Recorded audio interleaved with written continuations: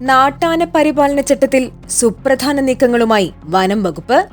നാട്ടാന പരിപാലന ചട്ടത്തിൽ ആനകൾക്ക് ദയാവധം നൽകുന്നത് ഉൾപ്പെടുത്താൻ നീക്കം. പ്രായാധിക്യം, രോഗം എന്നിവ മൂലം കഷ്ടപ്പെടുന്ന നാട്ടാനകളെ ദയാവധം ചെയ്യാനുള്ള ശുപാർശ വനംവകുപ്പിന്റെ നാട്ടാന പരിപാലന കരട് ചട്ടത്തിൽ ഉൾപ്പെടുത്തിയേക്കും. കൂടാതെ വിനോദസഞ്ചാരത്തിനും വിവിധ ഉത്സവങ്ങൾക്കും ആനകളെ പങ്കെടുപ്പിക്കുന്നതിന് കൂടുതൽ നിയന്ത്രണങ്ങൾ ഉണ്ടാകുവാനും സാധ്യത. ചില പ്രത്യേക സാഹചര്യങ്ങളിൽ നാട്ടാനകൾക്ക് ദയാവധം നടപ്പിലാക്കുവാനാണ് ആലോചന നടക്കുന്നത്. നാട്ടാന പരിപാലന നിയമത്തിലെ പുതിയ ചട്ടഭേദഗതിയുടെ കരടിലാണ് ഇതുള്ളത്. ചീഫ് വൈൽഡ് വാർഡന്റെ അനുമതി ഉണ്ടെങ്കിൽ മാത്രമേ ദയാവധം നടത്താൻ കഴിയുകയുള്ളൂ എന്ന് കരടിൽ പറയുന്നു.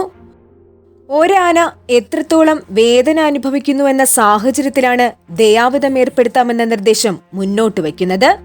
ചീഫ് വൈൽഡ് വാർഡൻ നിയമിക്കുന്ന 4 അംഗ സംഘമാണ് ആനയെ പരിശോധിക്കുക. ഇതിൽ 2 വിദഗ്ധരായ വെറ്ററിനറി ഡോക്ടർമാർ ഉണ്ടായിരിക്കും. പലപ്പോഴും വയസ്സായതോ അസുഖം ബാധിച്ചതോ ആയ ആനകൾ തളർന്നു വീഴുന്ന സംഭവങ്ങൾ ഉണ്ടാകാറുണ്ട്. വീണ്ടും അതിനെ എഴുന്നേൽപ്പിക്കാൻ സാധിക്കില്ല എന്ന് ഉറപ്പുള്ള ഘട്ടങ്ങളും ഉണ്ടാകാറുണ്ട്. ഇത്തരം സാഹചര്യങ്ങളിൽ വേദന അനുഭവിക്കുന്നതിനേക്കാൾ നല്ലതാണ് ആനകൾക്ക് ദയാവധം അനുവദിക്കുന്നതെന്നാണ് ഈ മേഖലയിലുള്ളവർ പറയുന്നത്. ഇതുകൂടാതെ പലപ്പോഴും വാഹനമിടിച്ചും മറ്റും ഗുരുതരമായി പരിക്കേൽക്കുന്ന ആനകളുടെ കാര്യത്തിലും ഇത് ഉപയോഗപ്രദമാണ്.